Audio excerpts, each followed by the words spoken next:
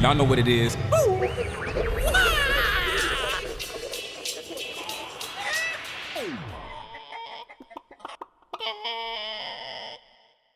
Can you talk about the early days of podcasting? What tech did you use? How did it? I mean, like with the lack of like Skype or these Zencaster tools that we have readily available right now, how did you record remote? Did you record remote? Was everything in person? What software were you using as far as, was it Audacity, or Adobe products or, tell us about the early days for you.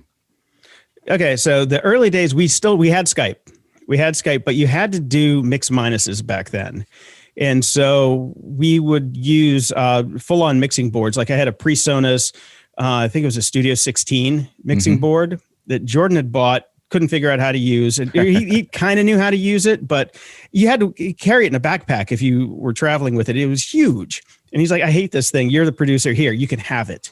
And I'm like, oh my God, look at that. Look at all these knobs. I don't know what anything is.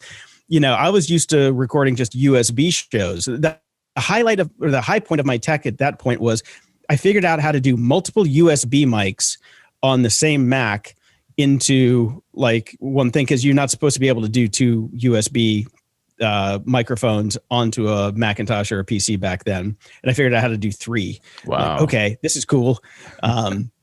Yeah, that was, you have to use audio MIDI controls and create all these virtual devices. And you can only do that in GarageBand, which I don't wish on anybody. But I was doing all my editing back then in a program I still use today for like, it's kind of like my Swiss Army knife. It's called Sound Studio. It's a Mac app, costs $40. Greatest little multi-track editor. You can only record in 2 tracks, but you can edit in multiple, you can add as many tracks as you want. But that thing was my Swiss Army knife. There was no, there was no non-destructive editing.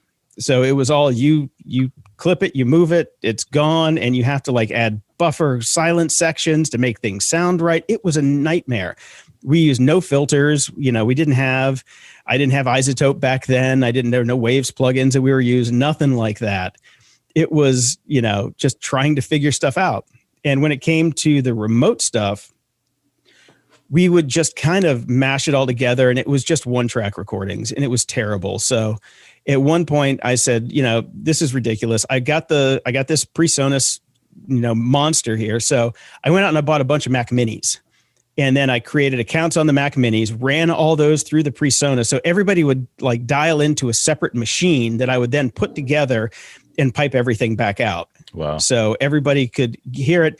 I'm recording separate tracks on all the Minis, and plus my iMac that I had, and using I think back then I was using a Zoom H4n and moved up to the H6 eventually to have like a separate redundant safety recording, because it was all about safety. There's nothing like taking a year to book a client and then losing the recording. Yeah. It is the worst. That happened to me twice, and it has never happened since, because I am the king of redundancy. Even right now, we're recording this. You guys are recording this. I'm recording this in Zoom, but I'm also recording this on my Mix Pre.